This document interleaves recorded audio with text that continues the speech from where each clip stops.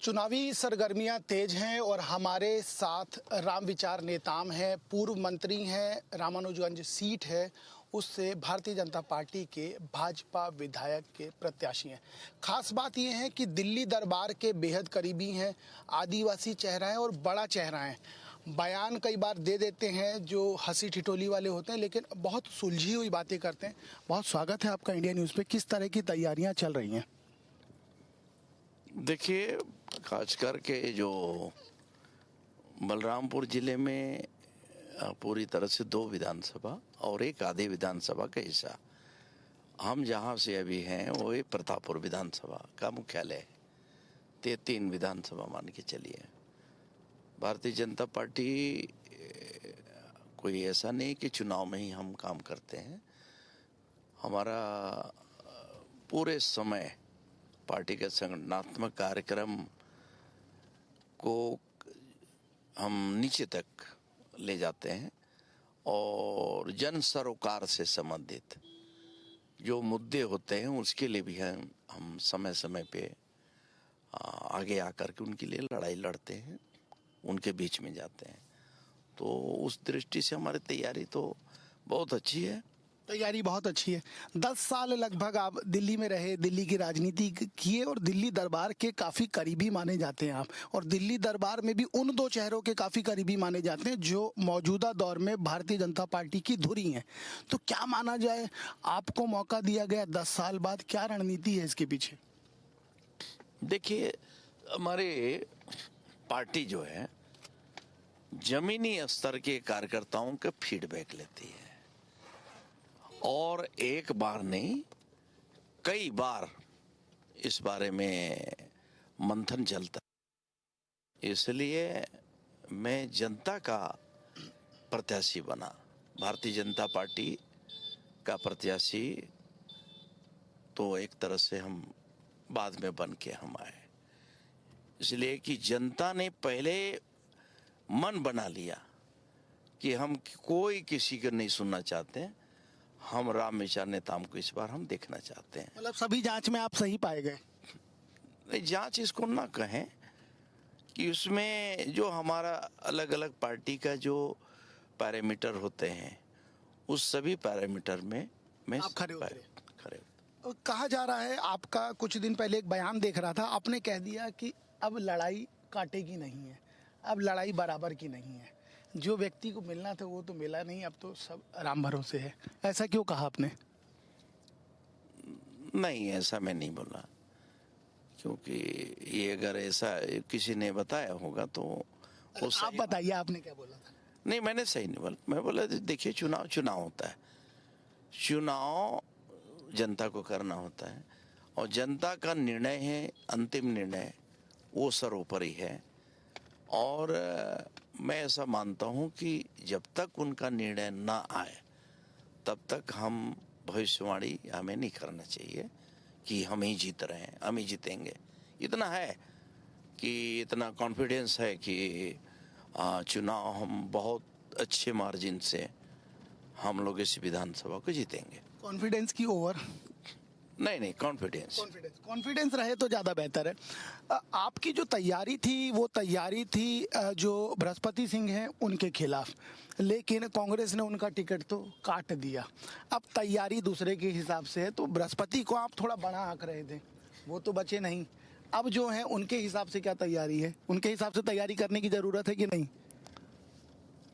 अब देखिए, उनके हिसाब से हमारा जो सेना होता है जमीनी, अब वो ग्राउंड लेवल में हमारे जो कार्यकर्ता हैं जो सेना के काम भूमिका में हैं आज, तो उनको सिर्फ जो है युद्ध अभ्यास तो मालूम है, युद्ध किससे करना है उनको मालूम है, वो युद्ध कर रहे हैं। युद्ध कर रहे हैं, आप सिर्फ नेतृत्व कर रहे हैं। हाँ, इतना जरूर है कि हम लीडर हैं तो हमको तो लीडरशिप करनी है। मुझे एक चीज़ बताइए, कुछ दिन पहले मैं कहीं देख रहा था तो ये बताया गया कि आप चुनाव जो लड़ रहे हैं वो कमल के फूल पर लड़ रहे हैं, चेहरा नहीं है। इसमें कितनी सच्चाई है? निश्चित ही भारतीय जनता पार्टी का कोई व्यक्ति चेहरा नहीं बनता। हमारा चेहरा कमल का फूल ही होता है, हम उसको ही आगे करके लड़ते हैं, चाहे कोई भी हो। लोग इतना मानते हैं कि रामविचार नेताम का कमल छाप है। रामविचार नेताम का कमल छाप है। आपने कहा निश्चित रूप से कि चेहरा नहीं होता, तो जो दो चेहरे हैं दिल्ली के जो बताते हैं कि अब उन्हीं के नाम की चर्चा होती है, एक है प्रधानमंत्री नरेंद्र मोदी, दूसरे अमित शाह, तो ये चेहरा कहाँ है फिर? देखिए, हम विधानसभा की बात कर रहे हैं ना, गांव की बात कर रहे हैं ना। गांव में कमल छाप किनका है? माननीय नरेंद्र मोदी जी का, माननीय अमित शाह जी, माननीय जेपी नड्डा जी। इसके शीर्ष बाद नेतृत्व। हाँ, शीर्ष नेतृत्व वो तो है ही है ना। हम तो उनका उसी नैया में तो हम सब सवार हैं। और खिवैया वो है। क्या वही है वो? खिवैया है। मुख्यमंत्री बघेल कहते हैं कि भारतीय जनता पार्टी के जितने मुद्दे हैं सब गौण हो गए हैं, मुद्दे कुछ बचे नहीं हैं और भारतीय जनता पार्टी इसलिए उल जुलूल बातें करती है। फिर चाहे वो किसानों की बात हो, फिर राम की बात हो, फिर गाय की बात हो, फिर गोबर की बात हो। सच में आप उल जुलूल बातें करते हैं? मुझे लगता है कि मुख्यमंत्री जी थोड़ा जो प्रदेश के जो रिपोर्ट आ रहे हैं उससे थोड़ा विचलित हैं, उनकी हालात ठीक नहीं है।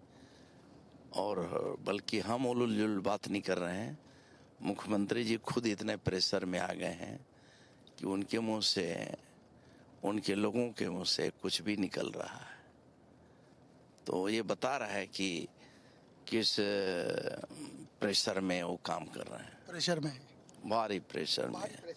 एक बात बताइए, बृहस्पति सिंह का टिकट आखिर क्यों कटा? आपकी तो देखिए चुनाव एक अलग लड़ाई है, आपसी आपके सबसे अच्छे संबंध हैं, तो कभी चर्चा हुई ऑफ रिकॉर्ड की क्यों कट गया टिकट? देखिए, कांग्रेस का अंदरूनी मामला है ना। अब क्यों कटा, कैसे कटा वो तो जाने, लेकिन इतना जानता हूं कि उसने से उस बड़े समाज का जो पतो करने वाले थे आज प्रदेश में कोई नहीं है, तो ये तो समाज थोड़ा उसको, उस समाज को लगता है कि हमारे साथ इंसाफ नहीं हुआ। गलत हुआ मानते हैं? निश्चित ही गलत हुआ, और समाज बहुत गुस्से में है। और उसके जो जुड़े हुए लोग हैं, चाहे कुछ भी हो, लेकिन उन्होंने अपना जमीन तो खुद बनाया था, कैपेबिलिटी थी, क्षमतावान आदमी रहा है, और क्षमतावान लोगों के साथ लोगों का जुड़ाव भी होता है। तो जो लोग जुड़े हैं तो उनको तो काफी तकलीफ तो है। और वो इस सब की बात राजा साहब के ऊपर डाल देते हैं कि राजा साहब ने करवा दिया सब मेरे खिलाफ, ऐसा ऐसा भी बोल देते हैं। ये सच बात है क्या? अब राजा साहब तो किसको कहें, किसको उसको निपटा दिए। राजा का खेल हर कोई थोड़े समझ सकता है। राजा के ये लोग जानेंगे जो उससे प्रभावित हुए हैं जो जिनको तकलीफें हुई और जिनके वजह से मान रहे हैं कि ऐसा हुआ, तो उनकी पार्टी की बात है, अंदरूनी बातें तो वही समझेंगे। हम लोग को क्या मालूम कि राजा ने निपटाया कि मुख्यमंत्री ने निपटाया, क्योंकि मुख्यमंत्री भी अंदर से वो कहीं न कहीं सपोर्ट जितना करना तो नहीं किया, इसलिए तो हुआ। तो ये सब कारण है, बड़े लोग की बात है। मतलब आपने कहा कि राजा का खेल राजा जानेंगे, आप राजा का खेल जानते हैं क्या? नहीं, मैं नहीं जानता। आप नहीं जानते? नहीं। एक बात बताइए, जब हम इस ओर आते हैं बलरामपुर, जशपुर, यहाँ सड़कों की स्थिति बहुत दयनीय है। क्या लगता है, काम नहीं हुआ, इच्छा शक्ति की कमी थी, या काम करना नहीं चाहा, क्या है? क्योंकि सड़कें बहुत बेकार स्थिति में, ये कहा जाता है, ये कहावत हो गई है कि खाना खा लीजिए, गाड़ी में बैठिए, खाना पच जाएगा। ये सच्चाई है? अभी कहा, ये तो हमारा LWE के बनवाया हुआ मेरे समय का सड़क है। अच्छा, ये काम आपके समय? हमने ये पूरा काम, आपने देखा होगा, अंबिकापुर से प्रतापपुर आया, वो हम लोगों ने बनवाया। प्रतापपुर से आप बलरामपुर चल रहे हैं इस रोड में, ये रोड हम लोगों ने बनवाया, हमने बनाया। हम लोगों ने कहा इसके सैंक्शन स्वीकृति भारत सरकार से लेके आए, वो काम हुआ, ये अच्छा काम हुआ। इसके बाद जो सड़क अंदरूनी जो सड़कें हैं वो अभी उसमें हम लोग प्रवेश करेंगे, वो हालत देखिएगा क्या हालत है। डामाडोल है सोना। बहुत खराब, चलने लायक नहीं है, गाड़ियां चलना मुश्किल है। तो ऐसे सभी जगह यही हालत है, विकास के नाम पे बिल्कुल डब्बा गोल, पूरा डब्बा गोल है, इतना खराब हालत है। किसी पंचायतों में कोई काम, 5 साल में जो सरपंच चुनाव जीत के आया, उनका तीसरा चौथा साल हो रहा है, ये कोई काम नहीं कर पाया। गांव की बात करें, गांव के विकास का काम पंचायतें, वो पंचायतें की हालत ऐसी है। सिर्फ जो है 15वां फाइनेंस का, जो कि केंद्र 15 वित्त का पैसा, 15 वित्त का पैसा आ रहा है, वो उसी पैसे से जो थोड़ा बहुत काम किए होंगे, वरना एक कहीं बाथरूम तक नहीं बनवा पाए, ये हालत है। बाथरूम नहीं बनवा पाए। सड़कें कहा जाता है कि किसी भी चीज के या किसी भी जगह के विकास का मुख्य साधन होती है, डेवलपमेंट का साधन होती है। क्या माना जाए, यदि आपको मौका देती है तो सबसे पहली प्रायोरिटी क्या होगी? क्योंकि आप ही के जिले में विरासत अपार है, बहुत सारा पैसा है, पैसा बॉक्साइट से है, पैसा तमाम दूसरी चीज़ों से। क्या माना जाए, सबसे पहली प्राथमिकता क्या होगी? देखिए, मैं जब यहाँ सरकार में रहा तो उस समय हमने प्राथमिकता बनाया कि सबसे पहला इस क्षेत्र में पूरा नक्सल प्रभावित क्षेत्र था, इस रोड में हम चल नहीं सकते थे, दिन में भी। अच्छा, दिन में भी हम नहीं चल सकते। यहीं पे प्रतापपुर में कितनी घटनाएं हुई हैं, आगे चल करके कितनी घटनाएं हुई हैं। नक्सलियों ने दिन दहाड़े मारा, ग्राम सभा लगा के मारा। तो ऐसा दहशत के माहौल में हम लोग जब जी रहे थे, उस समय जनता की यही मांग थी कि चाहे कुछ हो या ना हो, नक्सलियों से मुक्त हो जाए, नक्सलवाद के खात्मा हो। पहली प्राथमिकता। हमारी सरकार बनने के बाद पहली प्राथमिकता हमने तय किया कि मैं चूंकि यहाँ का प्रतिनिधित्व करता हूँ, अब मेरे से जनता पूछेगी, मैं उस साये में जी रहा हूँ, उस साये में मैं जी रहा था, और उससे मुक्ति पाना है तो हमें सबसे पहले करना पड़ेगा कि एक तो पुलिस का जहां हम संख्या बढ़ाएंगे, उनको हम जहां एम्पावर करेंगे, उसमें थानों के जहां भी हो उसको असशक्त बनाना पड़ेगा। तो ये तो इस दिशा में हुआ। फिर इसके बाद डेवलपमेंट इसके साथ बढ़ाना पड़ेगा। अगर फोर्स का मूवमेंट बढ़ाना है तो सड़कें ठीक होना चाहिए, गति में हो। सड़कों अगर ठीक है तो कम्युनिकेशन के साथ साथ आपका जो है टेलीकॉम का भी थोड़ा ठीक होना चाहिए। आखिर उन्हें जो भी इनपुट आउटपुट जो मिलना है, जाना है, उसके लिए जरूरी है। पुलिस को जितना जल्दी हमें मूवमेंट बढ़ाएंगे, उतना ही जो है हम लोगों को घेराबंदी करेंगे, उनका नक्सलियों का। अभी क्या इस दिशा में हमने काम किया। रोड का देखिए, आप जहां भी जाएगा रोड एक नंबर मिलेगा, जहां भी जाएगा हर 20 किलोमीटर एक थाने मिलेंगे। इसलिए हमें बड़े कहना चाहिए कि समस्या से लड़ाई लड़नी थी, नक्सलियों के खिलाफ हमें जंग जीतना था। और अभी क्या स्थिति है नक्सलवाद की यहाँ पर? नहीं, अब तो इस क्षेत्र में एक तरफ से पूरा क्लीन हो गया। कभी इक्का दुक्का घटना है? नहीं, क्लीन है, पूरा एकदम क्लीन है। दूसरी दिशा में बढ़े तो पेयजल की बड़ी समस्या है आपके जिले में, जहां आपको मौका मिला है वहां पेयजल की बहुत बड़ी समस्या है। अभी भी लोग झारी से पानी लेने जाते हैं, तमाम तस्वीरें वायरल हुई, बड़े बड़े अखबारों की सुर्खियां बनी। उसको लेकर क्या रोड मैप है? क्योंकि कहा यह जाता है कि स्वच्छ पानी मिल जाए और स्वच्छ भोजन मिल जाए, एक आदमी की इतनी ही जरूरत है।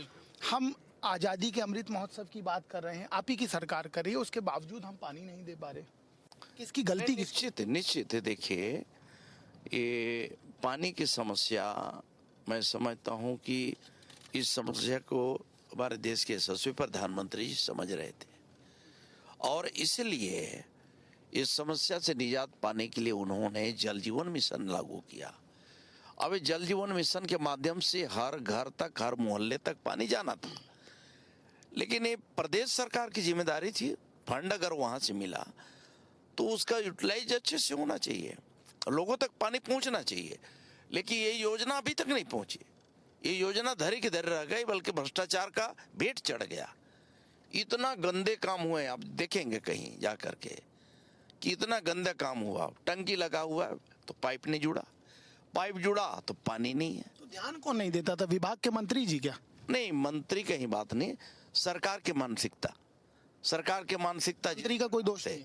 मंत्री का तो पूरे सरकार का ही दोष है ना। पूरे सरकार जो कमीशन खोरी के खेल में फंसा हुआ है, पूरे कमीशन खोरी के चक्कर में एक काम रह गया। 30-30, 40-40% कमीशन चल रहा है इतना? पीएचई में क्या काम होगा? ये हालत बना कर रखा है, इतना गंदा काम।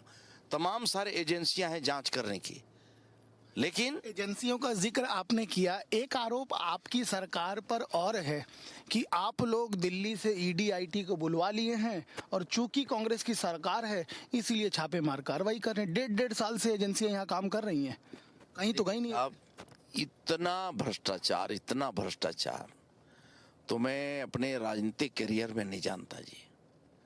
इस स्तर का काम हुआ है, काम हो गया पेपरों में। बोरिंग हो रहा है ना, एक जगह बोरिंग होता है, 3 जगह से स्वीकृति हो जा रही है। डीएमएफ का कलेक्टर का एजेंसी बना हुआ है। कलेक्टर लोग जो है वो अपना कमीशन का वो रेट बांध के रखे हैं, इतना यहाँ जमा करो और बाकी इतना बाकी ऊपर भेजना है। 10% कलेक्टरों का फिक्स और 10% ऊपर वाले का फिक्स। आपका कोई फिक्स नहीं किया? परसेंट आपका इस कोई, तरह का आपका तो कोई फिक्स नहीं किया? इस तरह का। अरे हम लोग क्या, हम तो 10 साल से बाहर है ना। प्रदेश के राजनीति से हमारा कोई इन्वॉल्वमेंट डायरेक्ट नहीं है, या फिर प्रशासन में हम लोग का डायरेक्ट इन्वॉल्वमेंट नहीं है। अब जब नहीं है तो हम लोग को कौन कोई घास डालेगा? सोचना चाहिए कि हम लोग का तो एक एक कार्यक्रम भी करना हुआ तो कहीं सहयोग भी लेना हुआ तो भी सहयोग नहीं मिल पाता, नहीं मिलता। और क्यों हम बोलेंगे? बहुत विचित्र समस्या है। हाँ बहुत। और यहाँ कोई, देखिए ये जो क्षेत्र है बिल्कुल ड्राई एरिया है ना, आखिरी कोना है, आखिरी कोना है, पूरा कोस्टल पूरा है। तो यहाँ तो मतलब ना तो इंडस्ट्री है, ना कोई बड़े लोग हैं, छोटे बहुत हैं, नीडी लोग हैं। नीडी लोग हैं। हाँ। नीडी लोग हैं। एक सवाल और खड़ा होता है कि राम विचार नेताम की जब चर्चा होती है तो डॉक्टर रमन सिंह से थोड़ी तनातनी जरूर चर्चा होती है, ऐसा क्यों होता है? कभी भी वो सामंजस्य बैठ क्यों नहीं पाया? आप लेकिन आज सही बताइएगा। नहीं, देखिए डॉक्टर साहब मेरे आदरणीय हैं और आदरणीय रहेंगे। तो डॉक्टर साहब हमारे प्रदेश के सिर्फ मुख्यमंत्री ही नहीं, 15 साल मुख्यमंत्री रहे हैं, बल्कि एक हम लोग के बहुत ही सम्मानीय नेता। तो उनके साथ तो तनातनी या कोई इस तरह की बात तो हो ही नहीं सकता। खास मित्र हैं? सकते खास मित्र हैं? नहीं, मित्र कैसे रहेगा? उम्र की तरह मेरे से 10 साल सीनियर है, सीनियर है मेरे। करीबी हैं लेकिन आप? नहीं, करीबी क्यों नहीं रहे? हम लोग वर्षों से साथ में काम किए हैं, वर्षों से 90 से लगातार काम कर रहे हैं उनके साथ। तो इतने लंबे समय तक हमारा जो जुड़ाव रहेगा, क्यों नहीं रहेगा? तो नहीं है, जुड़ाव है, बिल्कुल जुड़ाव है। एक और चीज है, छत्तीसगढ़ की राजनीति में छत्तीसगढ़ियावाद बहुत ज्यादा आ चुका है। क्या लगता है, आना था, जरूरत थी? नहीं, देखिए किसने कहा कि छत्तीसगढ़ियावाद या छत्तीसगढ़ का वो आना है जाना? अरे भाई, छत्तीसगढ़ स्टेट इसीलिए तो बना है, छत्तीसगढ़ स्टेट इसीलिए बना, हमारा कल्चर, हमारे रीति रिवाज, हमारा रहन सहन, हमारा खान पान, तो हम वर्षों से हम इसके आधार पे हम जी रहे हैं, जीवन जी रहे हैं, हमारी जीवन शैली उसी में बन गया है। लेकिन आपने 15 सालों में तो इसकी चर्चा नहीं की, वो कहते हैं। नहीं नहीं, वो गलत बात है। किस में नहीं किया? किसी भी चीज में, ना खान पान में, ना रहन सहन में, ना भाषा में, ना बोली में, ना पहनने में, ना छुट्टी में, तमाम सारी फेहरिस्त है कांग्रेस के पास। बोलते तब तो याद आई नहीं, अब याद आ रही है। अब उनके पास तो कुछ विषय है नहीं, तो ये लोग खाली एक ही झुनझुना पकड़ा दिए हैं, उसी को अपना ये चला रहे हैं। झुनझुना को चला रहे हैं। एक आखिरी सवाल ले लेता हूँ। एक सवाल ये है कि अभी प्रदेश में ओबीसी मुख्यमंत्री है, छत्तीसगढ़ की जब चर्चा होती है तो आदिवासी बहुल राज्य की चर्चा होती है और आदिवासियों की तादाद भी बहुत ज़्यादा है। आप भी उसी समुदाय से आते हैं, आदिवासी समुदाय से, और खास बात यह है कि दिल्ली दरबार के आप काफ़ी करीबी हैं। तो क्या माना जाए कि राम विचार नेताम एक मुफीद चेहरा हो सकते हैं यदि सत्ता आई तो? देखिए, पहली बात तो यह है कि हमारे केंद्रीय नेतृत्व आज इतना सबल, इतना सशक्त है और इतना उनमें गहराइयाँ, इतनी विशालता है कि उनके सामने हर एक छोटा से छोटा कार्यकर्ता, नेता उनके करीब है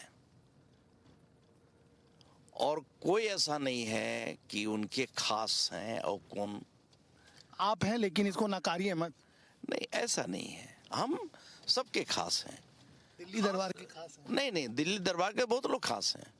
कौन कौन? दिल्ली दरबार सभी खास हैं। बता दीजिए। मैंने बताया कि सभी खास हैं, आम कार्यकर्ता भी खास है। दिल्ली दरबार का निर्णय जो करना होता है उसमें पूरा गुण दोष के आधार पे, मेरिट के आधार पे निर्णय किया जाता है। मेरिट में आप अव्वल हैं, जानकारी है। तो मेरिट अगर आप अव्वल मानते हैं तो अगर आपको निर्णय करना होगा तो आप कर लीजिएगा। नहीं, हम निर्णय नहीं करेंगे, करेंगे वही, लेकिन हमने जो जानकारी जुटाई उस आधार में आपके नंबर्स अच्छे हैं। क्या देखिए, माना जाए, आदिवासी मुख्यमंत्री की चर्चा होगी तो राम विचार नेताम का नाम आगे होगा?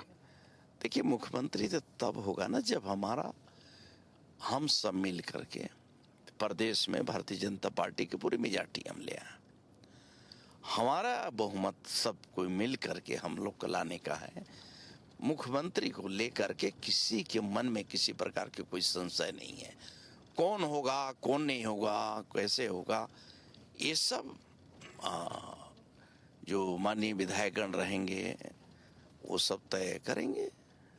लेकिन होना चाहिए कि नहीं, ये इतना तो बता दीजिए। नहीं, मेरे कहने से क्या होगा? नहीं, लेकिन होना चाहिए कि नहीं, क्योंकि देखिए आदिवासियों का प्रतिनिधित्व बहुत ही ज्यादा जरूरी है। जल जंगल जमीन की सिर्फ बात हो रही है। वो सब आप कुल मिला करके सब बात बुला रहे हैं। नहीं, मैं बुला नहीं रहा हूँ। हैं, बुलवाना चाह रहे हैं। नहीं, बुलाना नहीं चाह रहा हूँ। देखिए, मैं बताया ना कि इसमें जितने जो भी विधायक बनता है वो कोई देखता है ना, गुण दोष है। कार्यकर्ता देखता है कि भाई हम ये आज तो सरपंच लोग भी विधायक बनना चाह रहे हैं और बनते भी हैं। बिल्कुल सही कहा, आपकी पार्टी वो भी मौका। बनते हैं। तो जो विधायक है वो मंत्री बनना चाहे, सीनियर एक आध बार हो गए या शुरू में भी चले गए तो समय देखता है तो हम भी मंत्री बन जाए। तो इस तरह के सोच वाले बहुत लोग सीढ़ी दर मेरे मन में इस तरह के नहीं है। पार्टी की सरकार बने, हमारा बहुमत की सरकार बने, लीडरशिप कौन करेगा, कैसे करेगा, ये हमारा राष्ट्रीय नेतृत्व दिल्ली तय करेगा। अब की बार कितने बार? नहीं, ये मैं नारा नहीं लगाता, मैं नारा लगाने वाला मैं हूँ भी नहीं। अच्छा, वैसे कितनी सीटें आ जाएंगी, कितनी सीटों का आकलन है कि कहां तक पहुंचेंगे? देखिए, स्पष्ट मेजॉरिटी हम लाए। स्पष्ट मेजोरिटी लाएंगे। भविष्य की ढेर सारी शुभकामनाएं आपको। धन्यवाद, धन्यवाद, नमस्कार। देखिए, ये थे राम विचार नेताम, जो दिल्ली दरबार के करीबी इसलिए बताया क्योंकि जो 1 और 2 नंबर है, प्रधानमंत्री नरेंद्र मोदी और अमित शाह दोनों के बेहद करीबी हैं। 10 साल बाद प्रदेश की राजनीति में पुनः लौटे हैं और इस बार वहां कमल खिलाने की तैयारी कर रहे हैं। हम लोग प्रतापपुर से बलरामपुर रोड पर हैं, जहां इनका विधानसभा क्षेत्र है। फिर किसी और शख्सियत से होगी मुलाकात, तब तक के लिए नमस्कार।